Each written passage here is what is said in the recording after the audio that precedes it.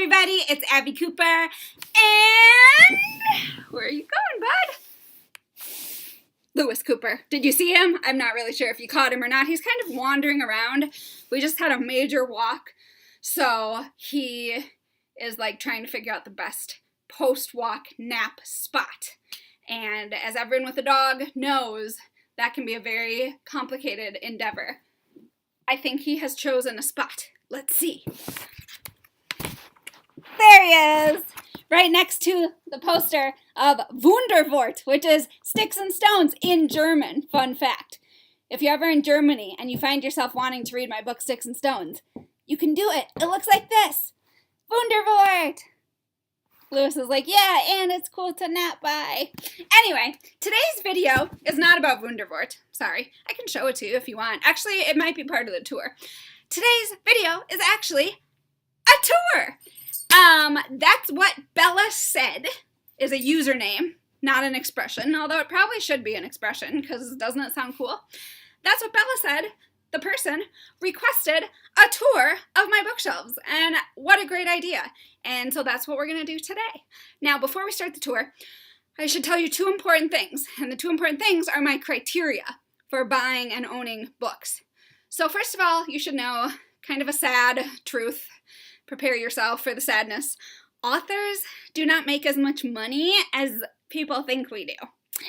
So I want to have all the books, but I just can't have all the books because I also want to like eat and live in this house and all that stuff. So like if you're looking at my shelves in a minute and you're like, oh my gosh, Abby Cooper doesn't have this book or this book or this book, I probably want those books.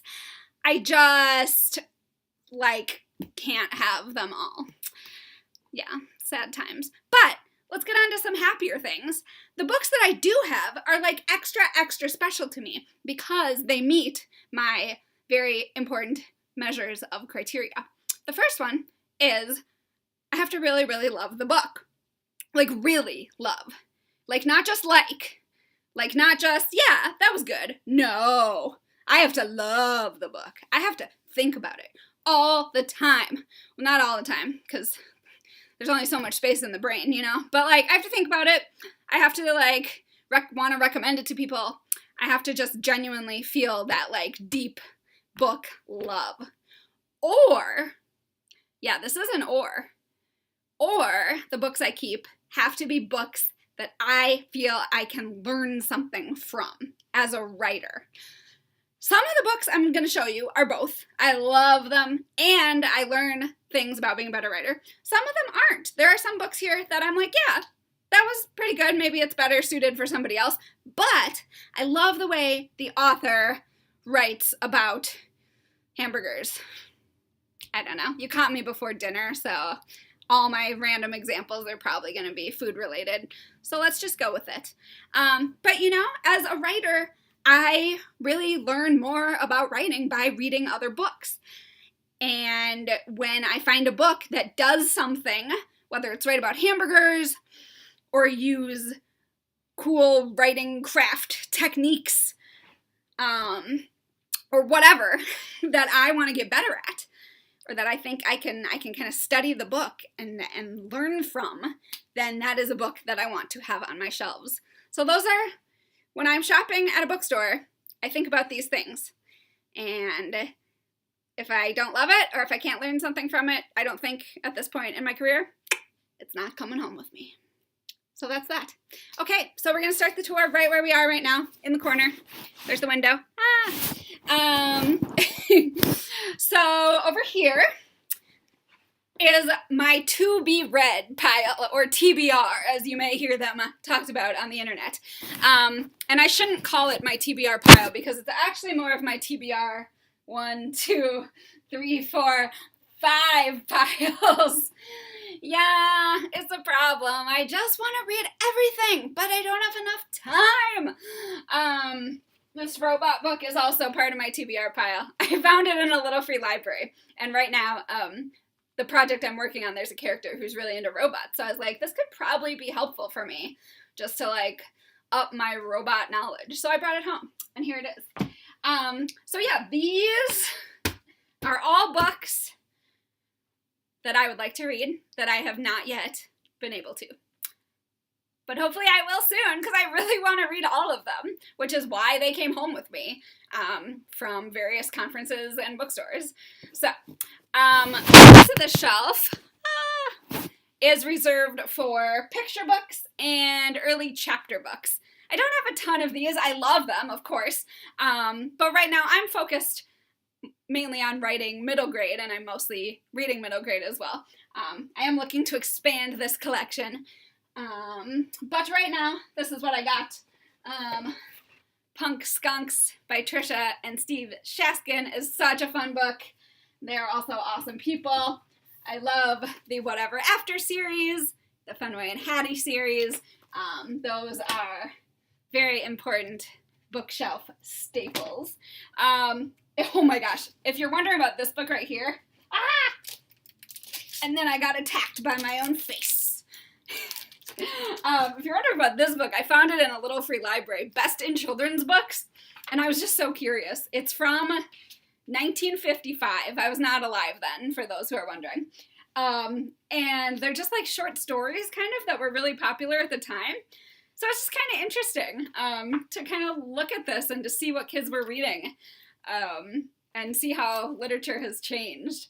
And it has changed quite a bit. One of these stories is all about, like, oh, once there was a little girl who was excited to grow up and have babies and be a housewife. And yeah, like, times have changed, people. But this is really interesting to look at.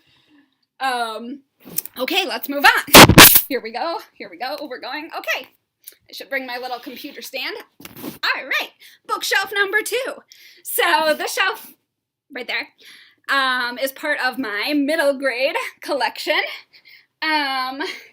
which is probably the bulk of my collection. And good stuff. Right now it's organized by author's last name. I do get a little jumpy with my bookshelves. I like to mix it up. So sometimes I'll organize like by genre or by color. That looks really pretty. But then it's also really hard to find things. Like if I'm looking for a specific book, it's happened to me more than once where I'm on a Skype with a classroom and I'm like, oh, I love this book. Let me tell you and show you about this book. And then I go to get it. I'm like, I know the author, but what color was it? I don't know. Although then sometimes I know what color a book is, but not the author. So really, it's just luck of the draw. But yeah, I love my middle grade. Let's keep going. Louis, where did you go? Oh, you've gone to nap on the couch. Okay, cool. I haven't quite figured out what to do with this shelf. I feel like I could potentially do something, like, really cool. But what? I don't know. Do you know? If you do know, please leave me a comment and give me some ideas. Currently, it's just used for a display of some books that I super love, / think have really cool covers, / just want to look at all the time. Big fan of all the books you see on the shelf. On the bottom, we've got my binders. If you've seen my Instagram posts about bindering, it is a special stage of my revision process, and that's where I keep the binders. I'm running out of binder space. I might have to turn these higher shelves into binder shelves at some point. And then on the tippy top, we have my books, Sticks and Stones and Bubbles. I got some paper cuts. I don't have that many, because I've given most of them away that I have. This is all I have left. These are the advanced copies of Sticks and Stones. These are the Greek ones. There's Wunderwort, like I mentioned before. Here's the audiobook of Bubbles, which is pretty cool. Yeah, but that's all I have. That's all I have left. So if you ask me for a copy, I don't have any, unless you want a Greek one. Okay, then over here, we're getting to the end here already. Over here is my young adult bookshelf. And again, I'm mostly a middle grade girl, but I do love to read YA, and who knows, maybe one day I will try to write it. That could be fun. Who knows? Anything's possible. Over here, I have a unicorn light. It's a really important part of the tour. It was a gift from my wonderful friend, Jen Bishop, who is also a writer. And we know, as writers, sometimes you just need to send your writer friends a light up unicorn, because, like, maybe they're having a tough writing day, who knows what's going on, but no matter what is going on, a light up unicorn can make it better. Something to keep in mind. Yeah. So this is my YA shelf. Oh my gosh. I don't know. Do you people watching this know this series? It starts with sloppy firsts and it goes all the way to perfect fits. It's by Megan McCafferty. It was like my favorite. It still is kind of my favorite. I've reread these many times. This one came out in 2001. So right around when I was in like middle school, high school. So yeah, these were my jam and they still are just jamming along here on my bookshelves. Okay. And we've arrived to the final shelf. Here's my will work for cupcake sign, which sums up my work philosophy pretty well. Of course, I'll also work because I like to work. But if you have a cupcake and you want to give it to me for me to do work, like I'm not going to turn it down. So just saying. Anyway, these are my grown-up books. I really don't read many grown-up books. I would like to. Nothing against them. They're just kind of long. And, you know, like, I don't know. I just prefer middle grade books, if I'm honest, because they're just my thing. They're my people. But yeah, I try to read a variety of books. Mostly I actually have just like writing books, like books I've read about writing, which are, I guess, considered grown-up books, and they're super helpful. I really enjoyed this one. Save the Cat Writes a Novel. I really enjoyed this one. Wired for Story. Super interesting. This one's actually my favorite as of late. Life Without Envy. Ego Management for Creative People.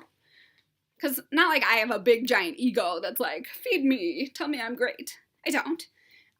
The book is more just about how to like keep being creative when you feel different pressures from like the outside world. Like the rest of your life is like, pay attention to me. And you're like, but what about my creativity? And all these other people get to be creative all the time. They don't. Everybody has their own lives and so on and so forth.